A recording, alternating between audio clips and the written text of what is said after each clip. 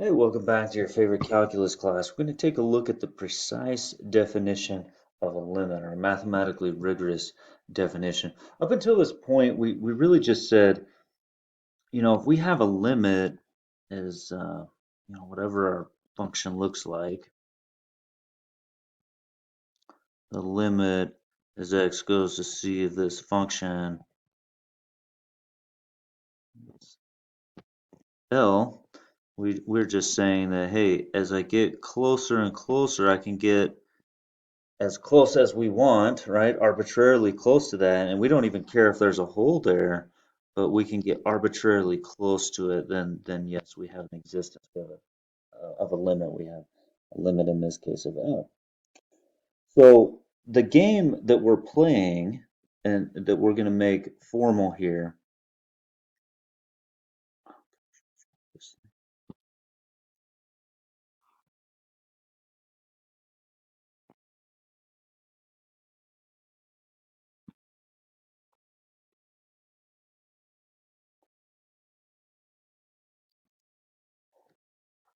is, let's say we've got our function here, and let's say we want to get within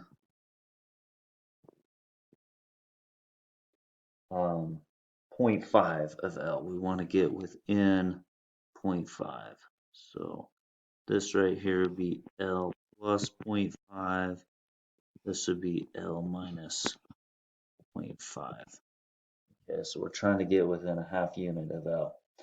So what we're saying is that we have, I didn't draw this the greatest, but if we have if we want to get a function f of x, a functional value, right? Like let me say my f of x is right here. I just want my f of x, my y value, to be within this range, within a half unit error, if you will, of the actual limit f of x. And what that means is there must be a corresponding range within c, the input, right? In this case, let's say it's like 0.25 or whatever. I didn't draw it. Just let's imagine this goes over here. So it's the C plus 0.25, C minus 2.25. And so what we're arguing is um,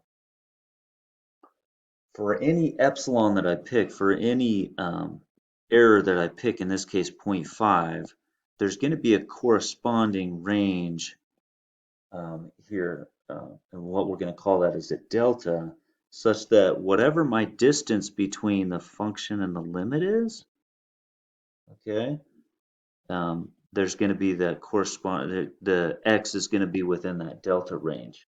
The distance between x and c is going to be within that delta range, and in this case, a 0.25. It's going to fall in that range. Okay, so if I squeeze 0.5, I make it even closer. So my functional value is even closer to the limit, then my c can still fall within a corresponding range. The distance between x and c can fall within a corresponding range. So let's see if we can make more sense of this with a few graphs here. But that's kind of the game that you're playing. You're saying I can get as close to my limit as I want. Okay. So we know the limit exists, right? We can get arbitrarily close to this. It agrees, right, from both sides. So what we can do is we can pick two horizontal lines, and we can get as close or as far from f of a as we want, right? We can make those, if this is a graph here and this is our L, we can pick them really tight if we want, right? So that the distance between some y value that we pick in L is within that range there. Now, so if we have two horizontal lines, we have to find some corresponding vertical lines that are a distance from A in this case. You can use A, C, whatever. But the trick is we have to have them, if we pick these horizontal lines, the function has to enter in from the side. Okay, it can't enter in outside our horizontal lines. You see how here it's entering in. If I pick these vertical lines right here, it's entering in above or outside our range. Okay, so it's got to enter in. You got to pick them so that it's entering in from the sides for this to work. Okay. So we know here, if I'm approaching from both sides, we're like, hey, this does not agree. We have no limit here, right, from what we've talked about with the informal definition. But then you might be thinking, well, that's weird. Can't I pick lines so that my functional value is within there? Yes, but you have to be able to pick any horizontal lines. In other words, your error can be as small as you want. You can get as close as you want. And so see how if we pick these horizontal lines, there can be no functional value within there. Okay. So there's no limit that can exist. So let's look at a specific function. Let's say we've got this function f of x equals x plus 1.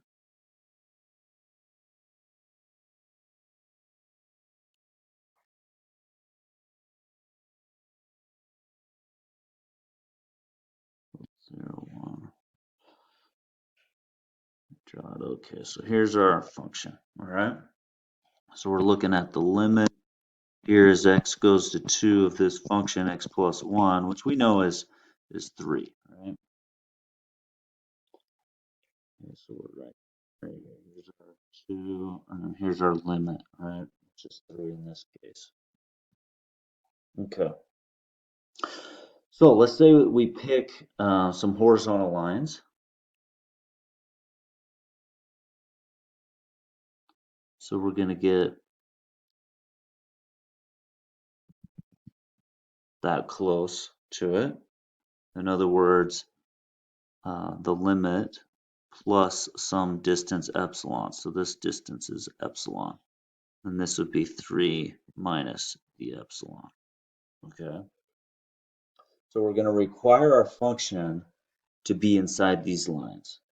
So in other words, whatever f of x, we can get as close as we want. Here's a functional value, here's a y, but it's got to be within those horizontal lines. So it's got to be less than the 3 plus epsilon and yet greater than the 3 minus epsilon. Another way to say that is that the distance between f of x minus the 3, is less than epsilon if you want to be a little more precise about that. Or generally speaking, that 3 is our limit. So the distance between a functional value and the actual limit is within the error. It's within these horizontal lines that we've picked. Whatever epsilon above, whatever epsilon below, the y value is within the error that we picked. Okay. Now as we move on, now for our vertical lines, remember our function has to go in and out of the sides of this. Right? So we have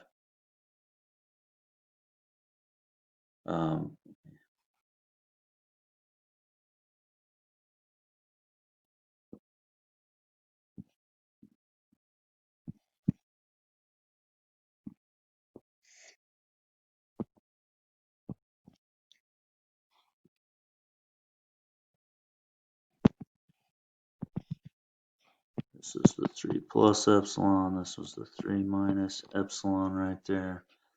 Our functional value was within those lines. All right, so now we're picking, let me do it with black.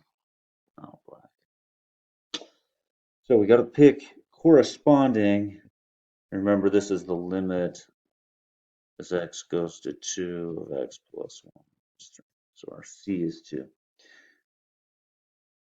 So we got to pick corresponding c values that enter in from the side, okay? So we got to squeeze it about that much right there to make sure it comes in from the side. So this is the 2 plus whatever this distance is. I'm going to call it a delta distance. And this is 2 minus delta distance. Okay, so that means with respect to this f of x, here's our x right there, that this x is going to be within this range. In other words, this is another way to say that, the distance between x and 2, right, that distance, got the absolute value slapped on that, the distance between x and 2 is within this delta distance. There's a corresponding delta distance. So however much we squeeze it, we have a corresponding squeeze, delta speaking, as far as the input. And that's it. That's the formal definition of the limit. This is saying the limit, as x approaches c, or a in this case that we used, exists if and only if, for however much we squeeze it, there's a corresponding squeeze with our vertical lines such that the distance between a functional value, a y value, and the actual limit is within this epsilon distance whenever the distance between x and c, or x and a, is within this delta distance. And that's our formal definition. So that's how I'm going to, so the limit as x goes to c of the function is L, and I'm going to use this one. If and only if, for all epsilon greater than 0, there exists a delta greater than 0 such that, that's there exists, that's a delta right there. This is epsilon, oh my goodness, I can't spell. Epsilon, that's a delta right there. Such that distance between a function value and L is less than epsilon whenever distance between x and c is less than delta. Let's see if we can do an example here. Let's prove it for this one. Prove the limit as x goes to 3 of 2x minus 5 equals 1. Let's see if we can't draw a little picture of this thing.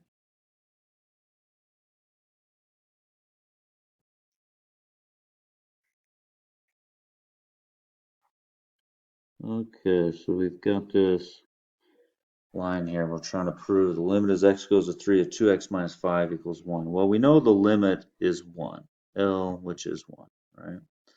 And we're going to squeeze this within a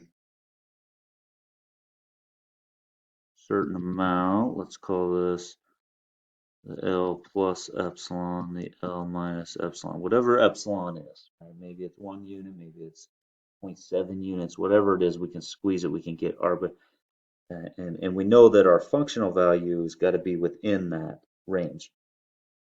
L plus epsilon, L minus epsilon. Okay?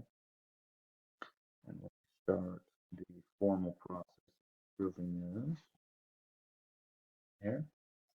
And what I'm thinking and keeping in mind here is this formal definition of the limit. If and only if. So here's the formal definition. And we're going to kind of follow this. For all epsilon greater than 0 that we pick, there's a corresponding delta range greater than 0 such that distance between the functional value and the limit is less than epsilon whenever distance between x and c is less than delta. Okay. So for this one, the first thing we want to start with is you want to say, well,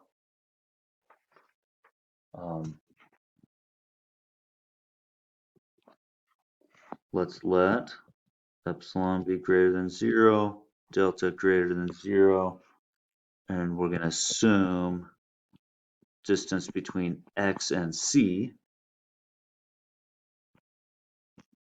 is less than delta. Now we're going to start. We're going to start with f of x minus L right here. We have f of x minus L is less than epsilon. Now let's fill those in. What's my f of x? Here's my f of x, right? 2x minus 5. So this becomes 2x minus 5 minus L. What's my L? 1. So the distance between the functional value and 1 is less than epsilon, for however tight we want to squeeze this. And what would the corresponding squeeze be with the vertical lines this is saying? Okay, so let's keep going here. So 2x minus 6. And what I'm trying to get to is I'm trying to get this in this form over here. Okay, less than epsilon. Let me keep going. Now what I'm going to do here is I'm going to factor out a 2.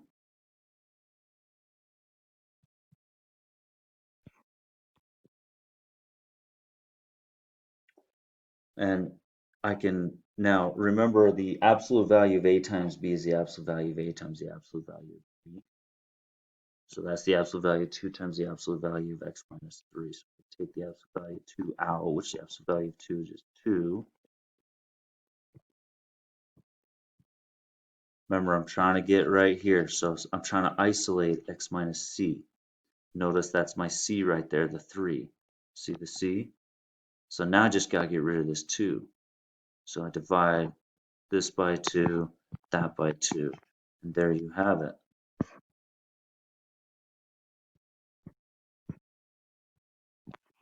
And so you're thinking to yourself, oh, remember that I was trying to get to right here, x minus c, again, our c here is 3, and that's my delta. In other words, for whatever epsilon I pick, as long as I have a delta that's half of it, epsilon over 2, I'm okay. Okay, so for example, if I pick epsilon to be a half, right? So then that means the distance between f of x and L will be within this red lines, right? The distance between f of x and 1. And the corresponding squeeze vertically, if epsilon is a half divided by 2 is a fourth. This delta distance has got to be a fourth. C minus delta. So it can only be a fourth up or a fourth down. And that means the distance between the x and the 3, for whatever f of x I pick, the corresponding input x will be within a fourth there, right? Is what we're saying. Okay, so we did the work, and now we just got to state it. So now the actual statement. Let me erase this. Room to write the statement. Oops. In here. Hence, for all epsilon greater than 0, there exists a corresponding delta distance greater than 0. And this is important right here, where the delta's got to be less than epsilon over 2.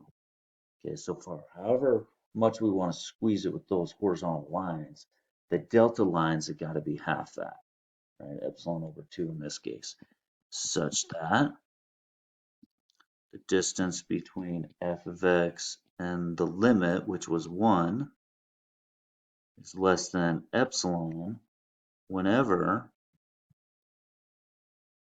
the distance between x and c is less than delta. Okay, and this is my entire proof. So you got to show the work, and then you got to write it at the end. Remember, this is your foundation, this definition. That's your formal foundation. Let's do another one. So limit x goes to c, f of x equals L, if and only if, and this is the definition we're always thinking of for all epsilon greater than 0. There exists a delta greater than 0 such that distance between a functional value and L is within epsilon amount whenever distance between x and c is less than delta. Okay, so let's do it for this one. Prove that a limit as x goes to 1, f of x minus 3 equals 2.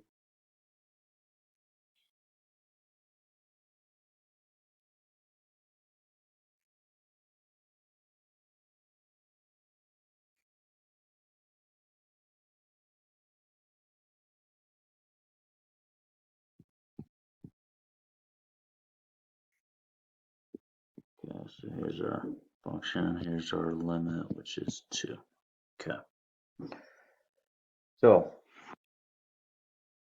let epsilon be positive, delta be positive, and we're going to assume the distance between x and 1 is less than delta. Now here we go. We have distance between f of x and L less than epsilon.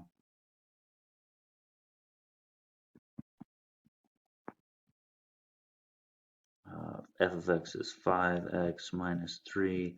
Our limit is 2. Oops, I'm sorry, that's epsilon right there. Less than epsilon becomes, when we're trying to get to here, right? We're going from here to get to there. So we can find the relationship between the x and delta there. So we have 5x minus 5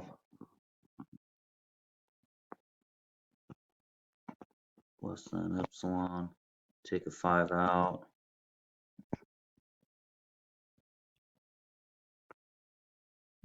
Absolute value of A times B is the absolute value of A times the absolute value of B.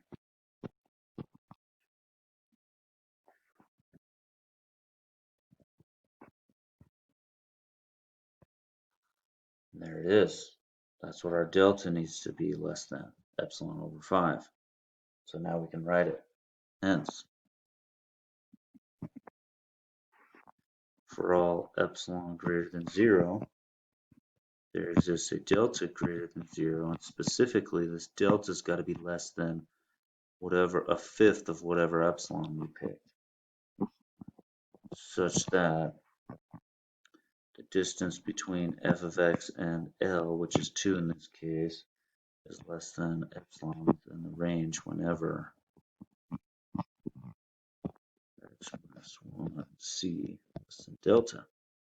Okay. So, like, let's, for example, let's say we picked the L plus epsilon. Let's say the epsilon was 1 unit. Okay, if it was 1 unit,